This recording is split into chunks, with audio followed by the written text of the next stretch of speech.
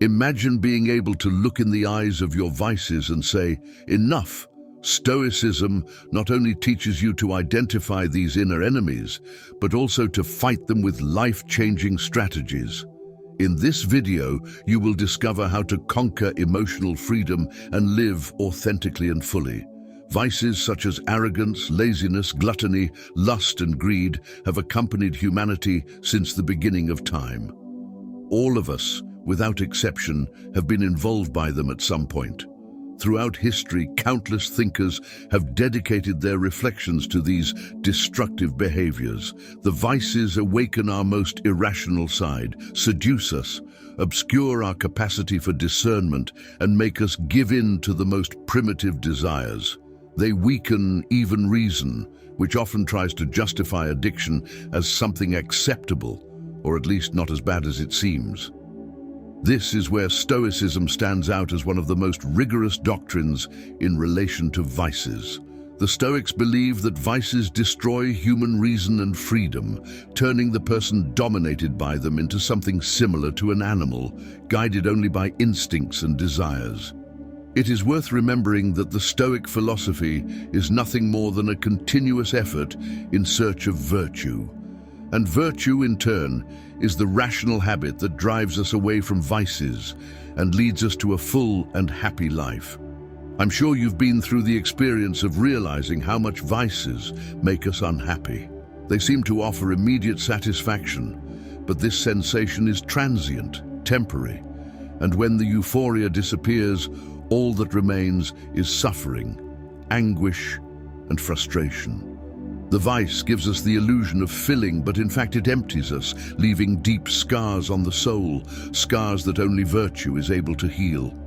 Marcus Aurelius said that vice is his own punishment, leading to self-destruction. Seneca would add that vice is the most powerful enemy one can face, but virtue is our best weapon against it. In this video, I will help you take control over yourself, to overcome your addictions, and above all, to cultivate virtue to achieve a happier life.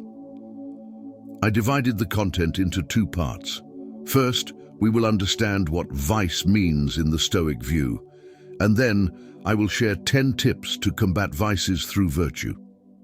Before we start, I ask you to like this video. It helps me to bring this philosophy to more people.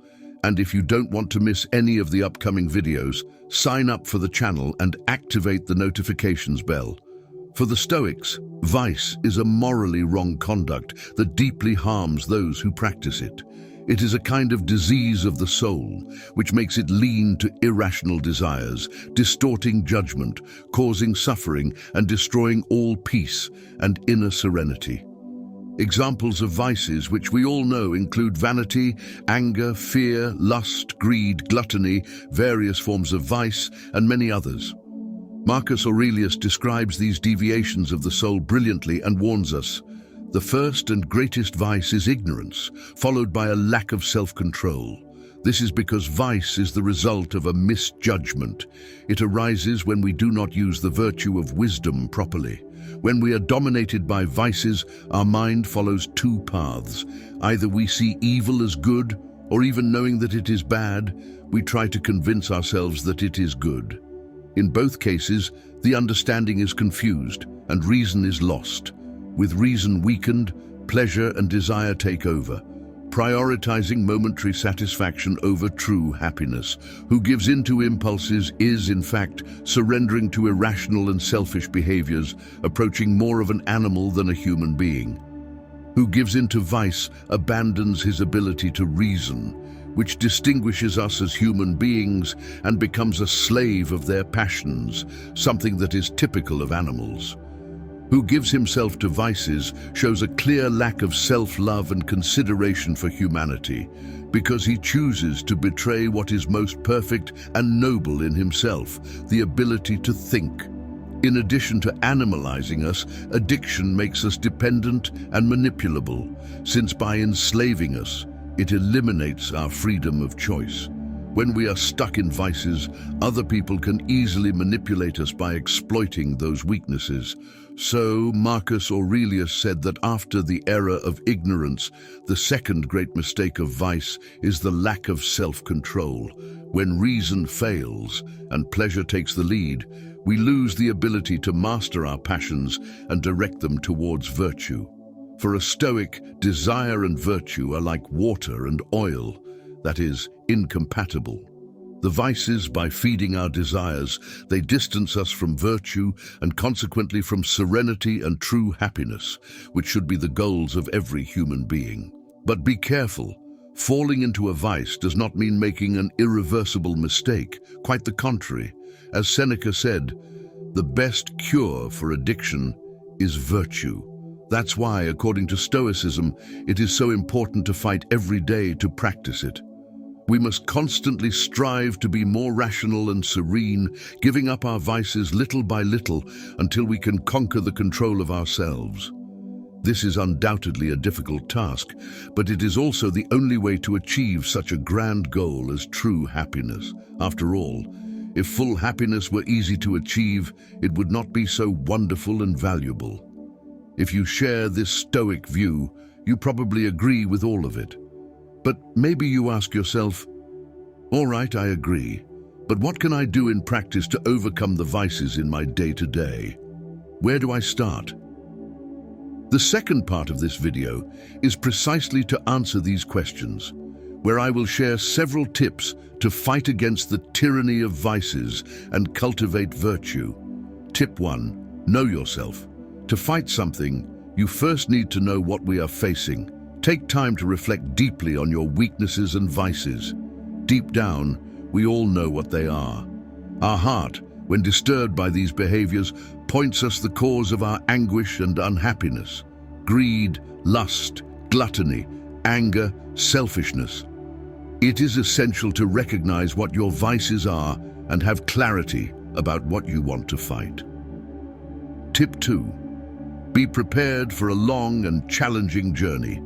Ending vices is an extremely difficult task because they are deeply rooted in our hearts. Keep in mind that along the way, you are very likely to fall into one of them, and that's fine. This is absolutely normal. The important thing is not to give up and always fight again to overcome them. If you keep trying, the day will come when you have completely defeated them. Tip 3. Define your motivation. Think about the valuable reasons that led you to want to give up addiction. The main thing, of course, is to be happier. However, for each person, these reasons may vary. It can be saving money, taking care of health, improving relationships, among others. Always keep these goals in mind, especially in the most difficult times. And remember, these motives are infinitely more valuable than the vices you have fallen into. Tip 4. Set realistic goals. Set a goal that is challenging but achievable. It doesn't have to be something very easy, but it shouldn't be impossible either.